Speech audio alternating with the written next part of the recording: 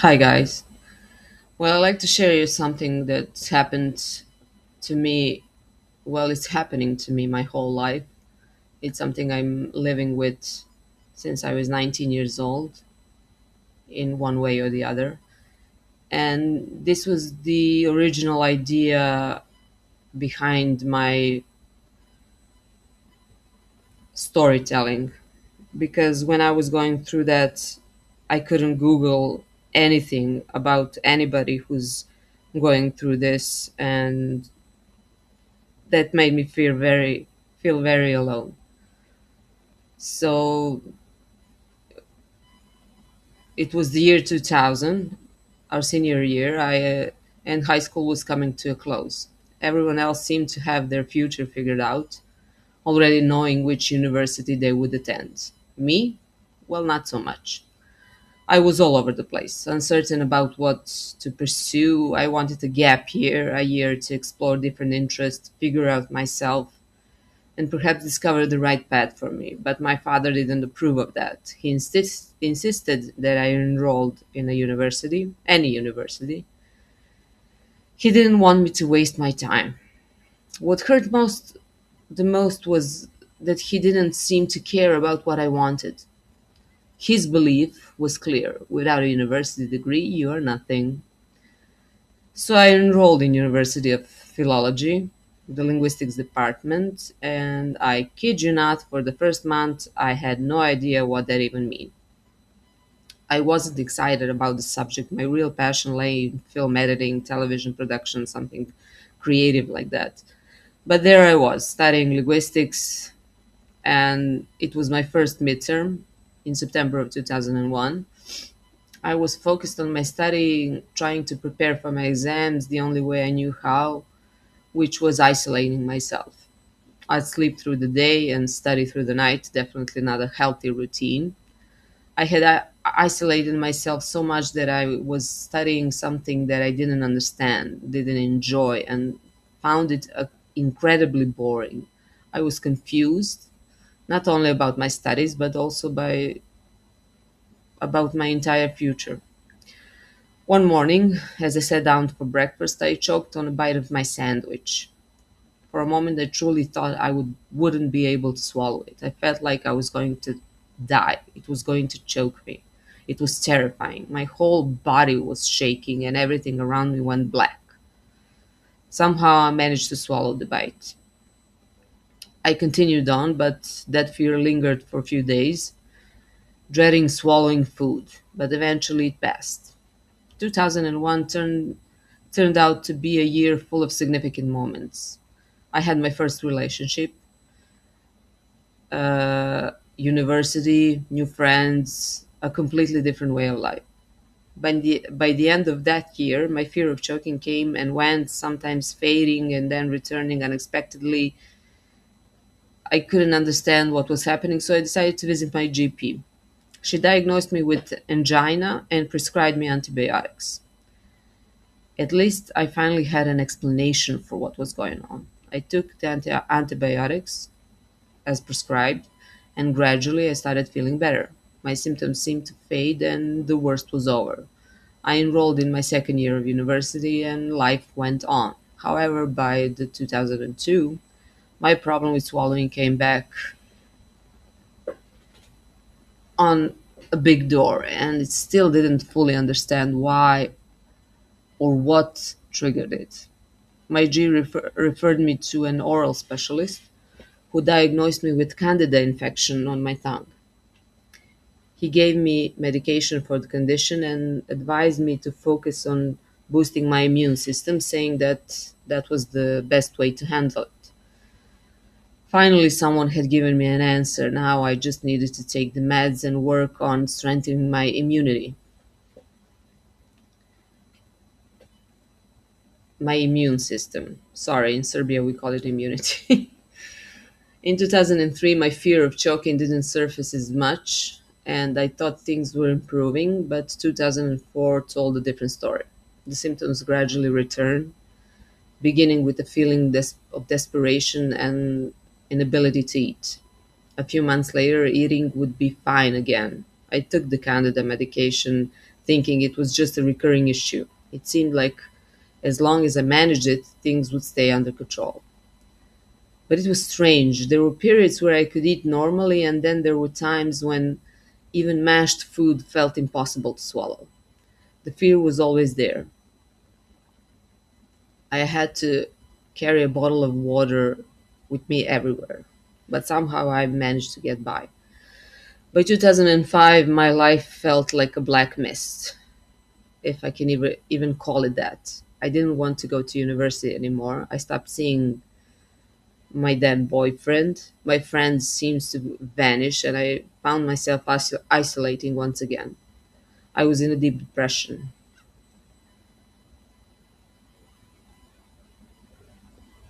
At the time, I didn't realize just how severe my anxiety had become. I went to my GP again, but this time it was a substitute doctor. She looked over my records and seemed puzzled. She asked me, why do I take so many medications for Candida? And I explained that choking issue, and she told me well, even if you had Candida, it wouldn't cause swallowing problems. She asked me if I had any laboratory tests for Candida. When I said no, she was baffled. How could someone prescribe you so many medications without doing proper tests? She told me to get a lab test, and it came back negative. It turned out I had never had Candida. She recommended laryngoscopy, suggesting that there might be another underlying issue. By this point, swallowing problem had become a constant struggle in my life. My 20s were the worst. I lost 10 kilograms, which was a lot for my frame. I looked exhausted, sick, and defeated. My mother, who was always open minded for her generation, believed in the connection between mind and body. She insisted I see a psychiatrist, convinced that my problem was psychological. At first, I resisted. I thought she was just wanted me to confirm that I was crazy. Back then, seeing a therapist wasn't accepted as it is today. I feared that psychiatrists would label me, put me in a straitjacket, and lock me away. I was that ignorant, yes. I was uninformed, scared, and defensive, but eventually I agreed to meet with a psychiatrist. The experience for me was surreal.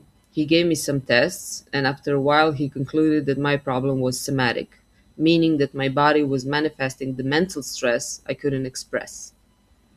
He didn't explain why it was happening or how to stop it, but he prescribed small doses of antidepressants and sedatives. They helped me a little, but not enough to bring real relief. He told me I needed to change. He said, you're a good candidate for psychoanalysis, but it's expensive, so you're young, you can handle it on your own. I will help you with medications, but 80% of the work has to be done by you. I was 21 at the time, and I had no idea what he meant by change. But I started taking the medication, and gradually I felt a little better. 2006 began terribly. My swallowing issues continued, and my diet was severely limited because of it. I felt like I was drowning in my own misery. That summer, my brother suggested I take some time away, and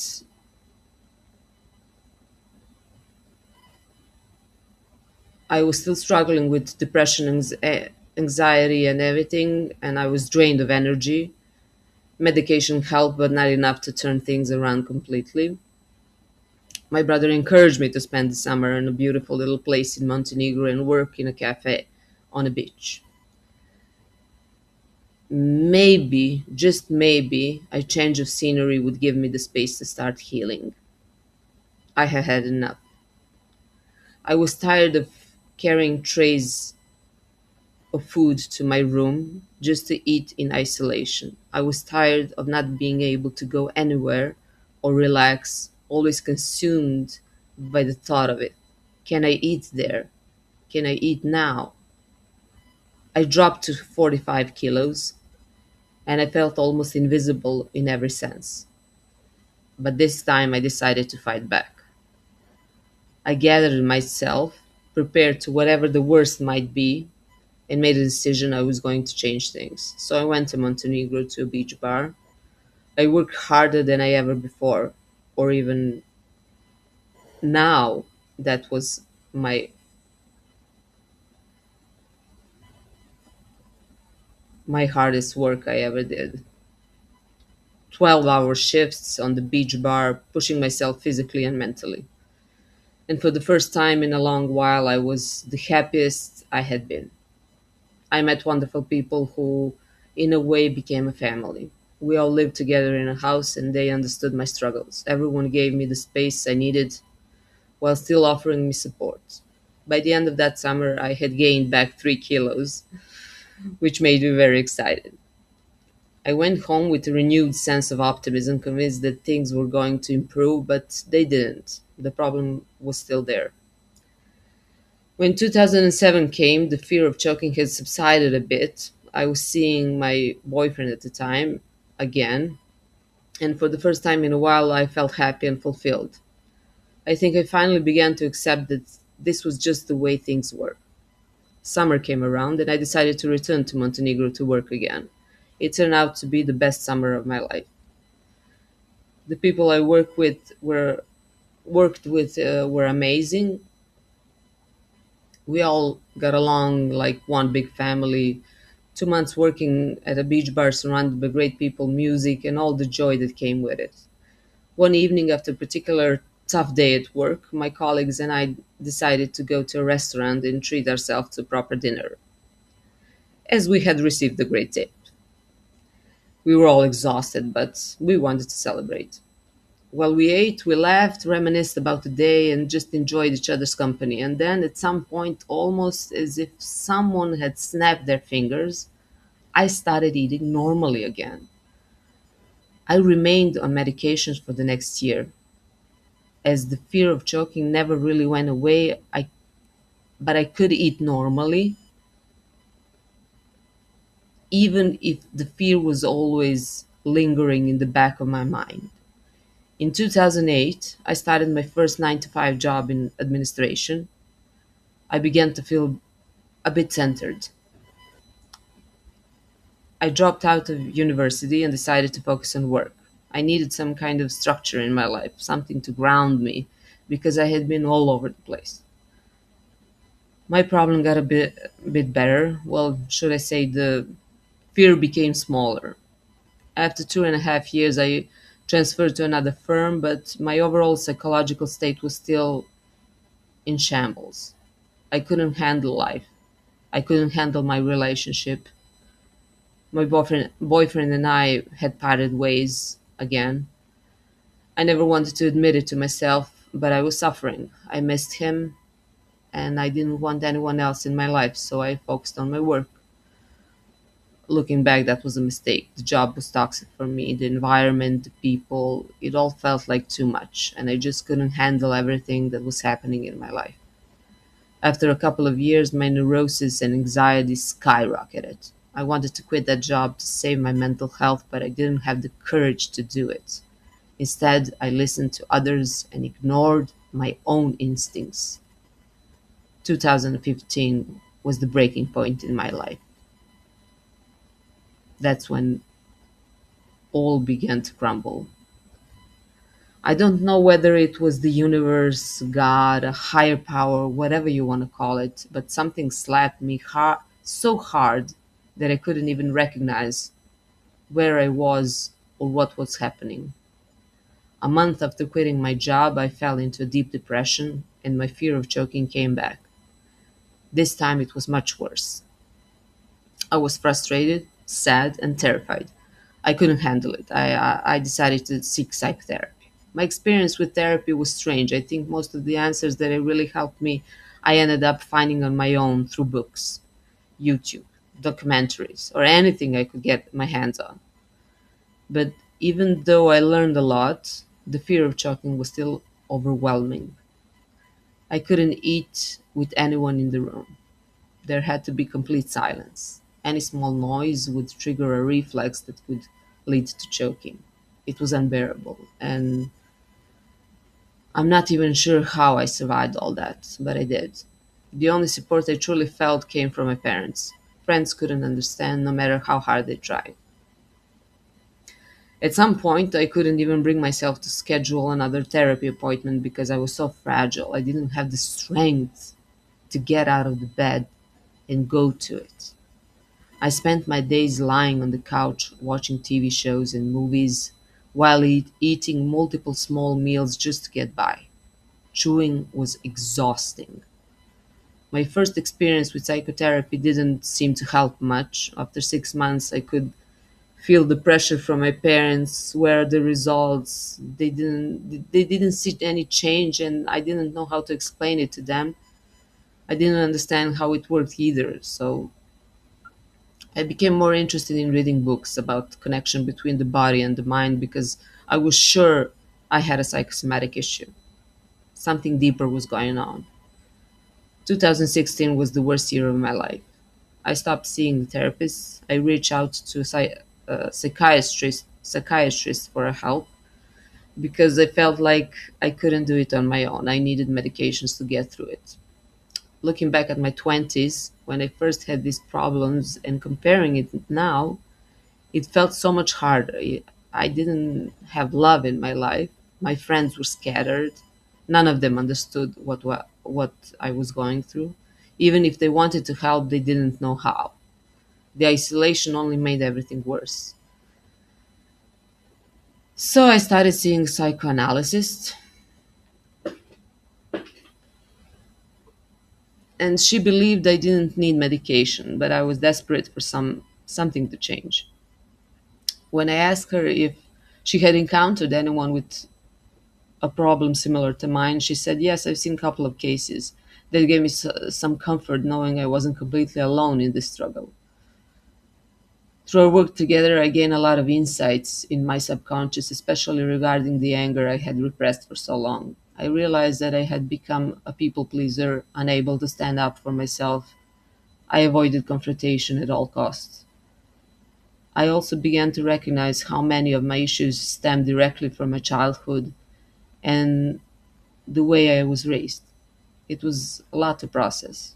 The physical issue, the mental patterns, and trying to change them at 37 years old felt like an uphill battle.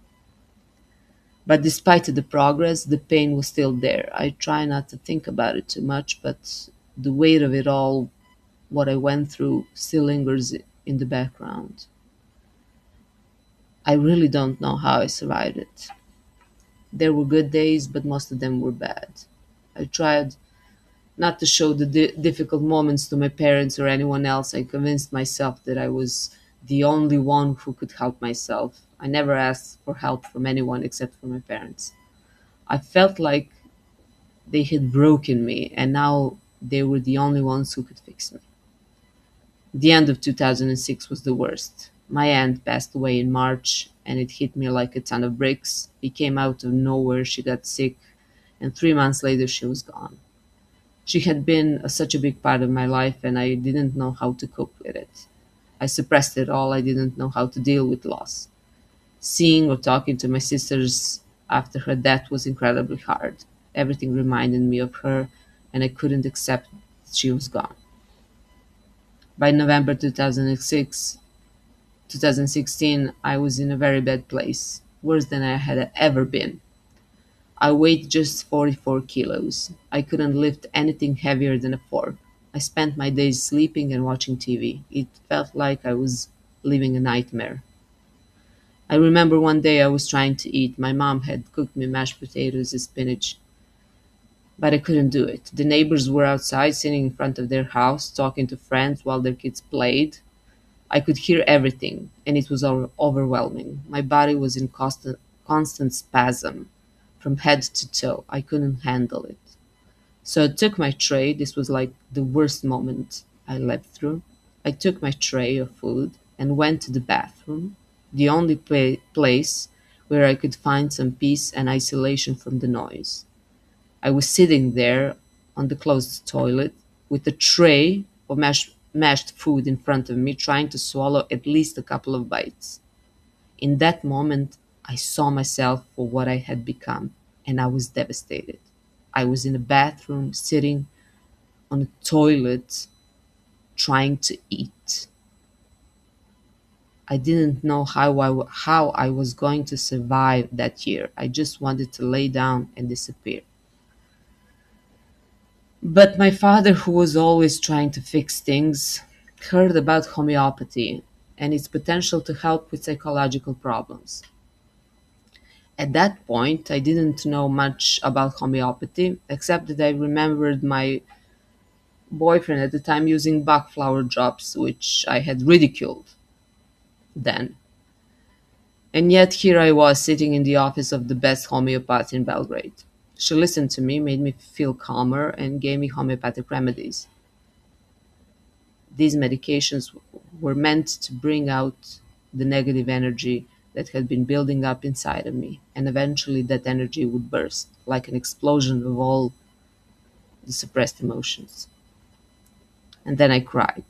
But it wasn't even crying in the traditional sense, it was more like a growl, a deep pain rising up from within. It wasn't physical, it was emotional. It felt like I was finally confronting the emotions I had suppressed for so long.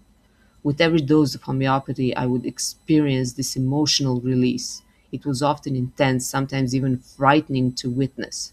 So I hid it from my parents and everyone else. But it was like exorcism, in a way, a cleansing of all that pain I had been carrying. Afterwards, I usually felt a bit better. When I look back at the therapists and doctors I saw, I can honestly say that homeopathy did the most for me.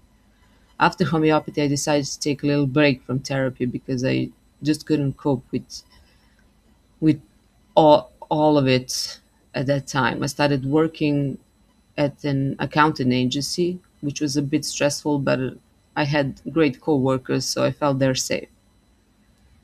I still couldn't eat properly, but I was able to eat more than I had been. Slowly, my weight started to come back. Throughout this whole time, I withdrew from nearly every contact I had with my friends. I didn't want to go to weddings, dinners, or even just grab a coffee. I isolated myself more and more. I spent a lot of time reading books, trying to understand what was happening to me. I kept working in accounting until 2019 when I decided to quit. The stress had gotten too overwhelming and I realized it wasn't good with stress at all. I wasn't good with stress at all. I had a very low capacity for doing work I didn't enjoy, so I made the decision to quit. I thought I would find something else to do, but I didn't have the strength to leave the house. I didn't even want to work anymore. Every outing had to be meticulously planned, down to the smallest detail, because just going outside was exhausting for me. The thing about isolation is that it's dangerous. Once you isolate yourself from people, it's incredibly hard to come back. Then, at the beginning of 2020, the world went into lockdown with the start of COVID, and suddenly we were all isolated. They say anxious people actually felt a bit better when COVID started because we would retreat. We could retreat. There was no pressure to do anything. We could just chill, and it provided a sense of relief. For a while, it felt like a small comfort. But by the end of that time, things began to shift. My father retired, and with that, our family income dropped. He was honest with me and told me he couldn't cover all of our expenses anymore. One day, my mom came to me and said she didn't have enough money to buy me cigarettes. I looked at myself in the mirror and thought, I'm 38 and my mom is buying me cigarettes. How low has this gotten? That was the moment I decided to find work. I knew I had to do something, but I needed to find something that would suit my current needs. I needed a job where I could have space, somewhere I could eat in peace and quiet. I didn't have the strength for long hours, so I wasn't prepared to work a 12-hour shift. And of course, my problem with swallowing food was still very much present. But during COVID, I managed to find a little peace, a bit of calm, and even if it was temporary, I was okay. In 2021, I finally found a job near my house. It was 6 hour shift in a cake shop. The best part was that I had a coworker, my Boca, who was incredibly understanding of my struggles, and she didn't judge me or make me feel uncomfortable. I started working there, still battling my issue, but having someone supportive made all the difference. She gave me the kind of support I needed, one where I felt accepted for who I was. She never pushed me to do more than I could handle. For the first time in a long while, I felt like I wasn't alone in my struggle. I was still struggling, but she gave me support in a way that made me feel accepted. She never pushed me. Eventually, I reached a point where I couldn't take it anymore and I decided to seek medical help. I was tired of living with this issue. I reached out to a friend who had once offered me a contact for a good psychiatrist, and I took them up on the offer. That was when I finally found someone who understood what was happening to me. The doctor helped me piece it all together. My childhood and upbringing had made me highly sensitive to emotions. I was a hypersensitive person who didn't have skills to manage my emotions properly. After the choking incident, I developed a fear of dying from choking. My body, in response to fear, would often go into spasm. It's how I learned to react. I realized that in moments of danger, my reaction was freeze, not fight or flight. The doctor prescribed me medications, which I'm still taking, but for the first time, I can finally eat freely. I can finally feel the freedom to do what I want, to travel, to sit down and eat with others without that overwhelming fear. For years, my fears kept me from living life fully, and I feel like I missed out on at least 15 years of it. But now I'm still working on myself, something I know will continue throughout my life. I'm not giving up anytime soon. Many people never knew about the struggles I faced, but now reading this, I hope those who know me can understand me a little better.